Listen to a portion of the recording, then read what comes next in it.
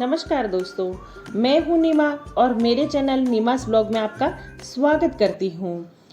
आज हम इस वीडियो में हम आपके लिए शीतला माता के व्रत की एक पौराणिक कहानी लेकर आए हैं।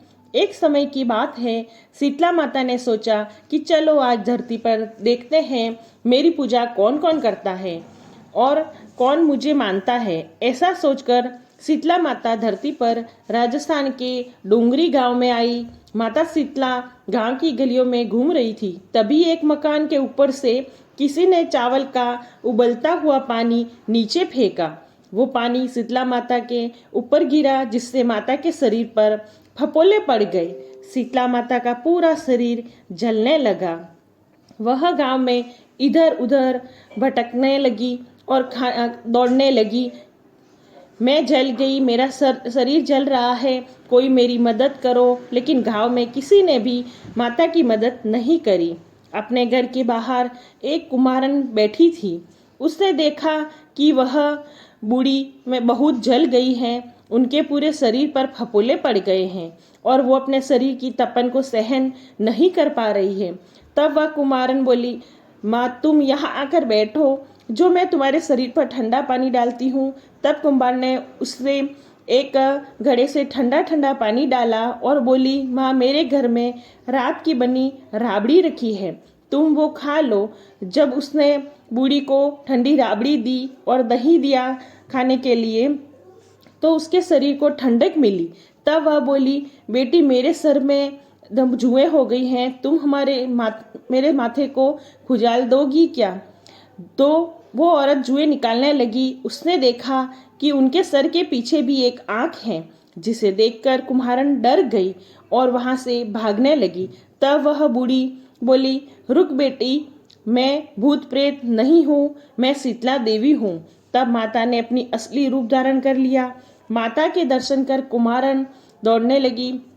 तब माता बोली, तू क्यों रो रही है और क्यों दौड़ रही है? कुम्हारन हाथ जोड़कर माता से बोली, माता मेरे घर में चारों तरफ दरिद्रता है, मैं आपको कहाँ बैठाऊं, इसीलिए मैं दौड़ के देख रही हूँ कि मैं आपके लिए कौन सा आसन बिछाऊं। मेरे घर में ना कोई चौकी है और ना ही आसन। शीतला माता प्रसन्न होकर उसको महाराज के घर के बाहर खड़ी गधे पर बैठ गई और एक हाथ में झाड़ू, दूसरे हाथ में डलिया लेकर उन्होंने उनके घर की दरिद्रता को झाड़ दिया, डलिया में भरकर फेंक दिया और बोली, बेटी मैं तेरी सच्ची भक्ति से प्रसन्न हूँ, अब तुझे जो भी शब्द चाहिए मुझसे मांग ले। तब कुमारन हाथ जोड़कर बोली, माता आप इस गांव में स्थित होकर रहिए। जिस प्रकार मेरे घर की दरिद्रता आपने दूर करी है, वैसे ही सबकी करें। यही जो भी व्यक्ति फागुन मास की अष्टमी पर भक्ति भाव से आपकी पूजा करे, आपको ठंडा जल और ठंडा भोजन का भोग लगाए, उनके घर की दरिद्रता आप स्वयं दूर करें।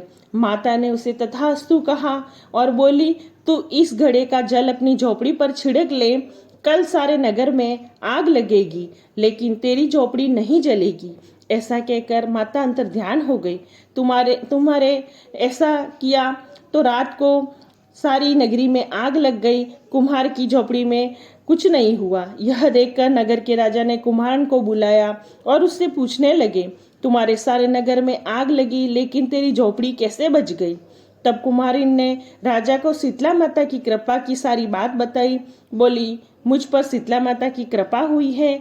उसे दिन से राजा ने पूरे नगर में ऐलान करवा दिया कि अब से शीतलाष्टमी और सातम के दिन किसी भी घर में चूल्हा नहीं जलेगा और हर घर में शीतला माता को वासी भोजन का भोग लगेगा। शीतला माता जैसी कृपा आपने उस कुमारन पर करी, वैसे ही इस कथा को कहते सुनते हुंकार भरते सब पर करना